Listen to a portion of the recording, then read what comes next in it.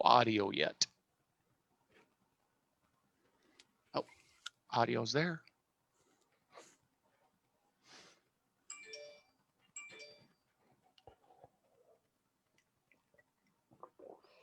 Mel, let us know when you're ready. I'm skipping from airport board to city council to cemetery board tonight. So go. Oh boy. I mean, how can we compete? Eh, I mean, people are dying to see the cemetery board, not yeah.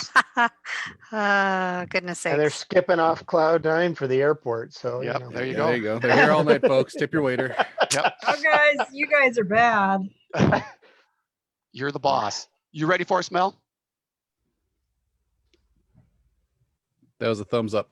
Okay. Good evening, everybody. It is 6:31 and the night of January 19th, we will call the Choteau City Council meeting to order. I miss not being together, you guys, and I'm hoping we'll get back there soon where we can stand up, do the Pledge of Allegiance, and get all that other stuff done, back to some normalcy. So, approval of the minutes from the council meeting of January 5.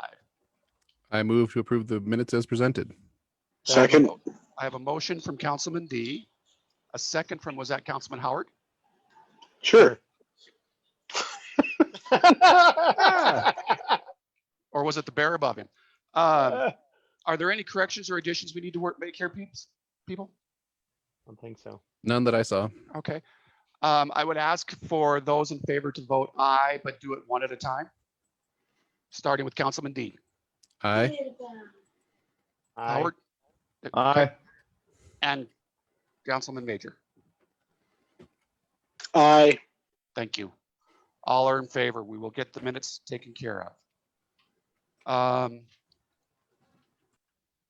Are there going to be anybody going to be out of state?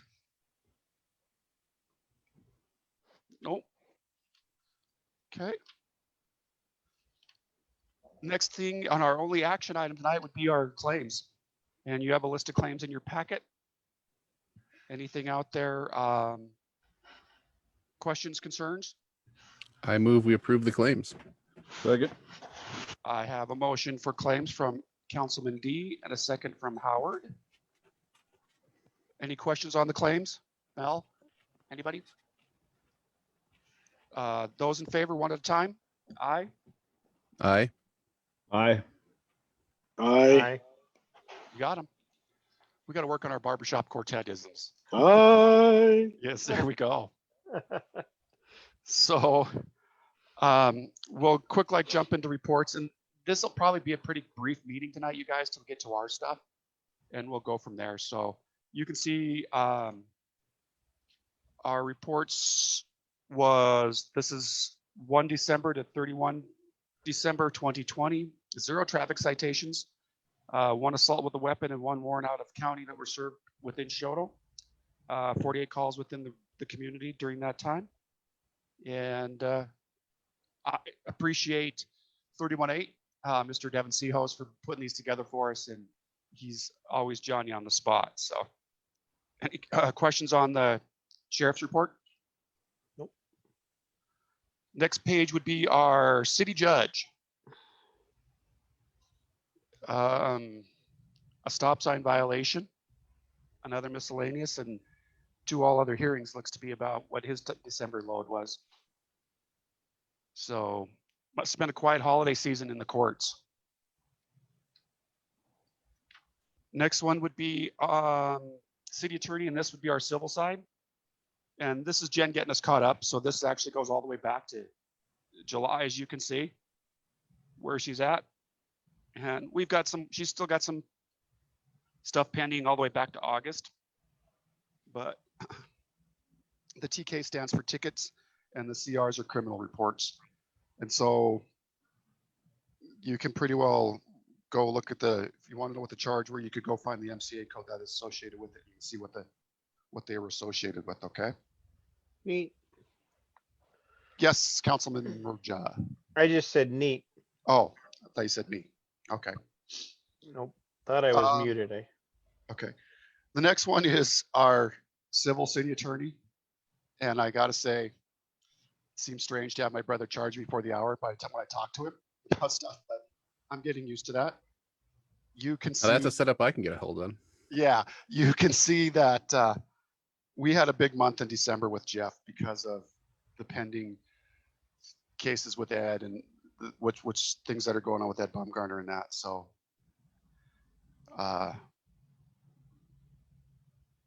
he will be in town Friday to file some more paperwork as well, and I'll update you on that during my report. Any questions on the civil side? We'll go to Public Works Director, Mike Maples, and you can see his report there. Like Steve said earlier, I look at where we are starting out 2021 with the influent flow into our wastewater. Levi, I know you're out there, and I want to say thank you for what you guys have been doing out there. All of the city staff on working on impellers, working on all of the systems to keep things flowing in and out. But that's quite a, you want to say it's a low bar, but it is a very high bar to set for January as you look through the months, because when we get down to August, September, and October, where the things have dipped in the past few years, I'm curious to see if Mike has to make a taller graph. His next graph is our last sample as of January 4 of our COVID-19 SARS-CoV virus genome in the wastewater. And you can see how that's playing out. And again, this is just Choteau. And the data we get from Teton County Health Department is countywide, but yet we're still able to pretty well track what's going on and such. Just by the way Choteau flows, the county seems to be flowing when it comes to COVID.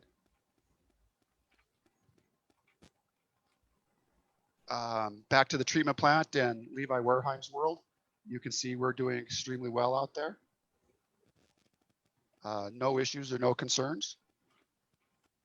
On the influent side, on the public water side, our water systems tests have all come back good. We did have a significant leak on the surface on Main Avenue North, of course, on New Year's Eve. Excavation and repair occurred, and we were back closed down and back on the road on January 5th, 2021. So our water loss for January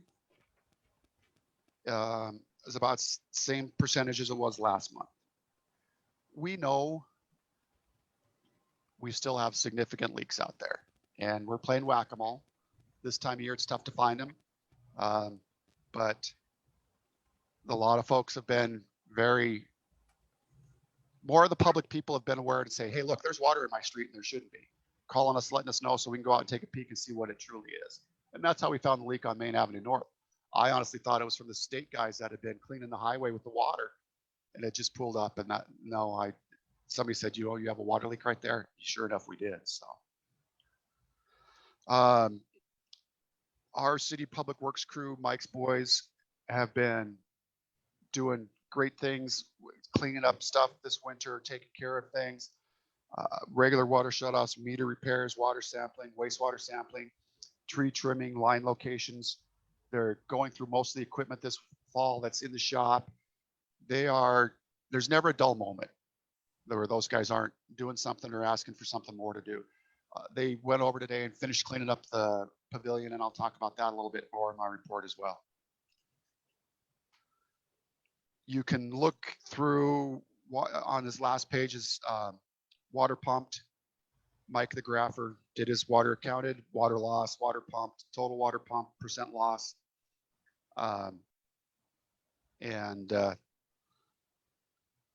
As you can see on that last page, we will begin replacing 2 more large water meters for the high consumption users next week. So we'll be curious to see what that does when it comes to how our water meters read and what our flow numbers are reading. We're seriously at the point where some of our meters are starting to age, and we're going to have to do something about that. And we will have to address that, sometime later this spring as we learn more on where our water plans fall out with the legislature and funding that way. Any questions for that we could pass on to Mike in the morning? Then you can go to the next page, which is our would be city clerk's report, Jody's report. See where we're sitting at there. Again, things seem to be going, knock on glass, as very good. Our tax revenues came in almost static as they were last year, this year. So we had been forewarned that we may see a shortfall with the COVID and people possibly not, doing their mortgages and things like that. But we've been very blessed to have everybody stay current as best as possible, and don't see any foreseeable shortfalls for the time being.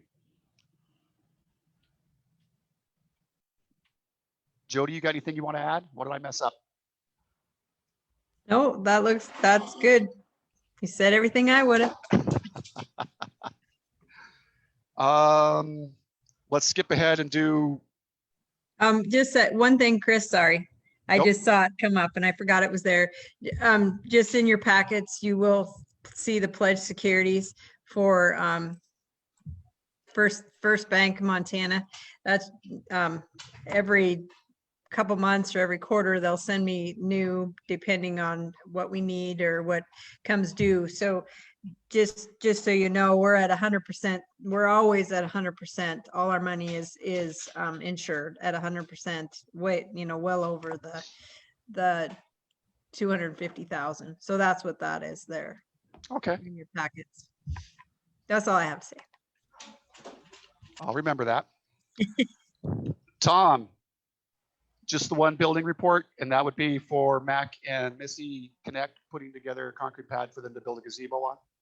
Yes, that was the only one completed in December. I do have Okay. more kind of lining up, or being completed, but that was the only new one. Yep, as I thought, you and I chatted about that one. Also part of Jody's report, you guys in there, you've got a copy of the city's revolving loan fund, where we're standing at, accounts where they're at, things along those lines. We talked about this morning, and everybody has made a payment, I believe, within the last 60 days. Several of them are still very, very far in arrears, but nonetheless, we have seen a significant uptick in some payments. And I know that Jody and Jeff are talking on this and seeing what we can do about remedying some of them that are farther back out. So know that. Okay. Who wants to go first from the council tonight? Stuart Murja, thank you for volunteering. Councilman Murja. Couple of things, and one of them is actually a question for Melody, I guess. I had a citizen ask me yesterday how she didn't know that Steve and I were her council people. She didn't know who her council people were. And so I just had a thought, Mel. What if like every couple of years you did a, meet your councilman or something in the paper, just so it's out there who they are, kind of what a councilman's responsibility is, et cetera. Like I said, just a thought, and maybe we can talk later, or if anybody else has thoughts on that. The second thing I had is I want to talk about stimulus payments for a minute, because we've been seeing a lot of them. We've had a lot of people receive the card. If you don't know what I'm talking about, a lot of the economic stimulus payments, I would say close to half of them that I've seen have come on a debit card. It comes in a pretty plain nondescript envelope. It is legitimate. The best thing to do is probably take it to your bank, activate it, take it to your bank. The setup process online is a little difficult, but it can be done, and you can transfer those funds straight into your bank account. The last part of that is, I think all of the electronic funds are out, debit cards are out. Now people are starting to get checks for their stimulus. So I'm just putting that out there to all of our citizens, that if you didn't get a direct deposit and you didn't get a debit card, maybe you'll get a check. So that's what I I would got. tell you, the IRS website says to hang on to that debit card. Yep. Not throw that card away, because if the Senate and House come together on another stimulus bill they will just automatically reload that card. So don't treat it as a regular debit card, use it up and throw it away. Hang on to that one. Right. And so to speak to that, the interesting thing is when you activate the card, it says that the card is not reloadable. But but like I know we at First Bank, we've been telling people keep it. Do not throw it away.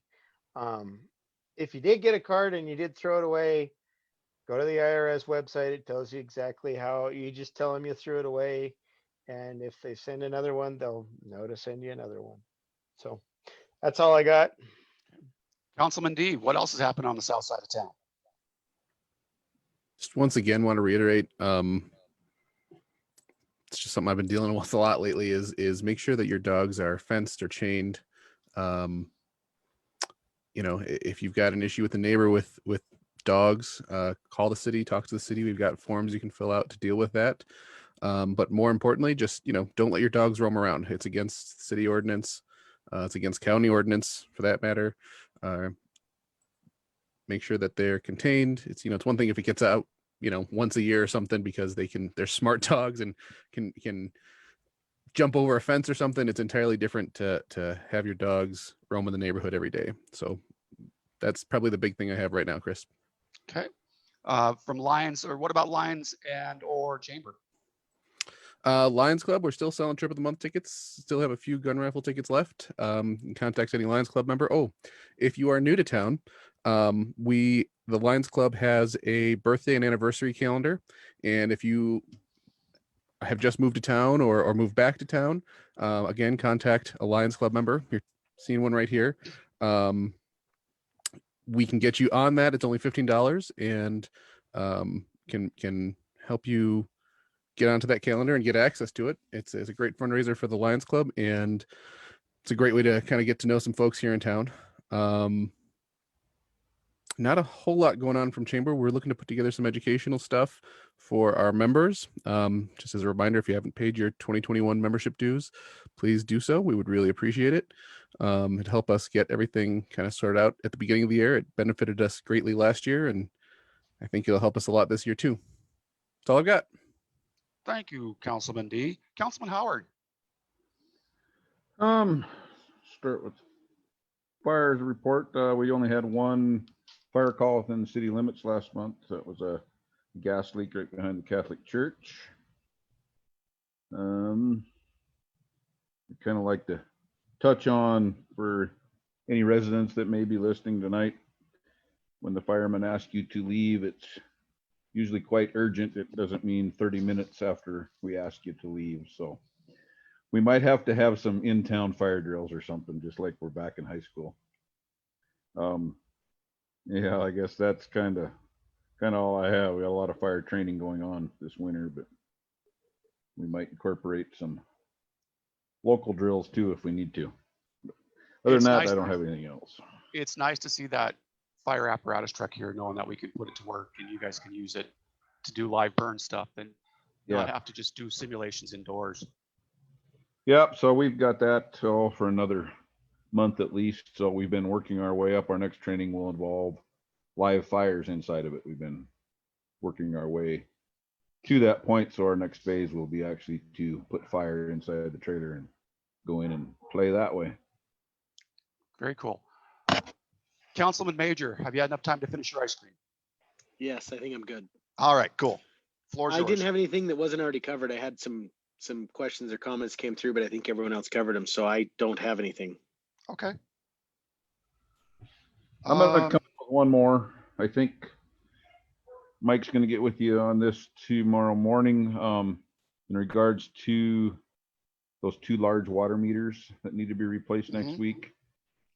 Does the city have some type of insurance plan? So if they go in and they mess around with something and they develop a leak inside the building? That was Mike's question. Yes, we do. Our MMIA policy covers us for property damage and bodily injury arising from our actions or actions on our behalf when it comes to doing that kind of stuff. It'd be no different than hooking up a sewer or something along those lines. Okay, he'll be hitting you up on that. He was kind of wondering if he should do it or if he should sub it out. So either way, because even if we were to sub it out, Steve, and something were to happen, they could bring us in as a third party Cause And it's your our property.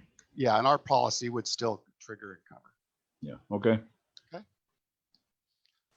I'd have to ask an insurance agent, but Well, if you find it, let us know. I will let you know. From my desk, Councilman D hit it. Dogs. I can't tell you the number of dog complaints we've seen in the last 6 weeks. And I believe part of it has to do with the weather being decent, so people are leaving their dogs outside. A lot of barking complaints, a lot of yipping complaints, things along those lines.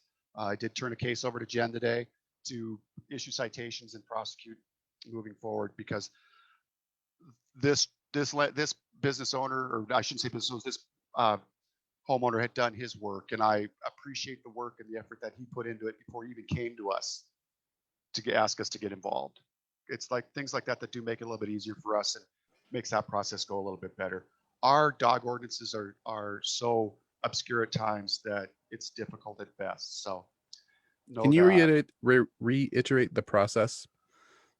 the best process would be if I have an issue with, just for lack of a better name, Mark McCormick, my next door neighbor. If I have an issue with my next door neighbor, I would tell people the simplest and the easiest way to take care of a dog complaint is to go have a cup of coffee with your neighbor and figure out if there's something you cannot do combined to take care of it. If it's the dog's outside for a prolonged period of time, if the neighbor offer to let the dog in or offer to do what you can, the minute we fail to go talk to a neighbor or to a person about an issue and the city gets involved, everybody's, hackles get all up on their neck and everybody starts bowing their neck, and we're already facing an uphill battle. Dealing with any type of complaint within the city limits is always better to start at the foundation between the two parties that have an issue and see if you can't work it out before you come to us. And if you can't, we are going to ask you, here's a process as defined by our codes. Where are you at in this process? What would you like from us in this process? And do you realize that if someone gets cited for a violation, you as the complainee may be called to go to court as a witness if that person pleads not guilty and asks for a jury trial. So it's not as easy as writing a ticket and the dog's going to stop barking, or write a ticket and the guy's not going to cut across my yard. There's so much more to it that goes back to people skills than writing tickets and issuing citations and piling them into the courtroom. So I would just ask that the public think about it, have a conversation, and it may not be a fun conversation. I will be the first to tell you that, because it's not a fun conversation when we get involved. But offer, grab a cup of coffee and say, hey, let's chat about Fido and see if we can't work out something. So, okay. Thank you. I have been asked to sit on a board for the county. It's kind of county needs assessment of party, folks that are involved in several things. And I'm hoping to delegate that appointment to, as you councilmen know, you have a 25% chance of having the winning name here, Councilman Howard. Because it's through the health department, and with you wearing your hat as a firefighter, as an EMT, you being out there on the lines with plumbing and seeing a lot of our people, I'm hoping you and I can have a conversation about what they're asking for from this position. It's a short-term position. It'd be 5 Zoom meetings on some Thursdays, and we'll see if you and I can talk in the next day or so and see if you want something you want to do. If not, I will do the best I can through the situation we're going with and get it done. But I think you'd be a good fit for it, Councilman. That's all. For what it's worth, Mr. Mayor, I'm already on that one as well. Councilman Howard, you just got a 50% chance you're not going to have to do this now. So we had our meeting with the Department of Revenue on our community development block grant for our planning, long-term planning grant last week. And we expect those documents to be forwarded to Jeff to sign this week, and then back to the city to sign, and then ultimately back to Great West to be signed, and we can get that process underway here before too long as well. I am scheduled to testify via Zoom on Thursday for House Bill 14, which is the TSEP bill for some of our funding projects. And Colette from Great West has got me registered and put together a far better list of talking points than I could have ever, because her talking points are more talking points where mine would be more heartstrings. So we're scheduled from 10:51 to 10:58 on Thursday for our Zoom hearing on House Bill 14, which is the TSEP bill, and we will be fully supporting that in order to get our funding taken care of, as well as several other groups out there. A couple emails recently about urban decay, and by urban decay I mean vehicles parked on streets, campers, things along those lines, and it's on the northwest side of town. I responded to the person about it. This is the second time they've emailed, and I CC'd Councilman Howard and Councilman Major on it, and kind of went to them and told them, here's the process by which, you know, we can address it. Again, those codes are so vague that if a vehicle's parked on the street and it's moved 6 inches, the whole process has to start all over. It does not have to be totally removed and brought back. It just has to be moved. And there's some folks up on the hill that are piling up some large numbers of vehicles on their property, and there's some concerns here and there. So we have our Supreme Court ordered mediation on the city versus Ed Bumgarner on Friday. Jeff will be here for that. Jeff and Tom will be together while that happens, and I will have Jody with me so that we have everybody together. Jody will be either a driver or rider while I run to treatment and back. But we'll have everybody together in case something comes down in that hour or two that we are out of the office. We also have another brief to file in this with district court on where we're sitting at with our trespass case with Ed as well. So that'll get filed on Friday while Jeff's here as well.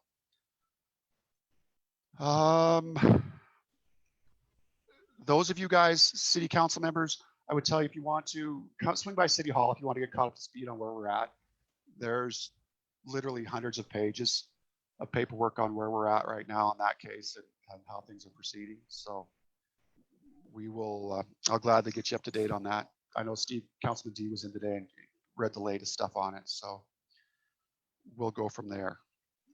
Last but not least, you can probably see a red line coming here. I'm starting to get burned pretty bad from radiation, and it's getting tougher to swallow. And yes, Annie Olson, if you're watching, it's going to get harder to talk. So as we look at our next meeting schedule, folks, here's what I'd like some thoughts on. February is a short month.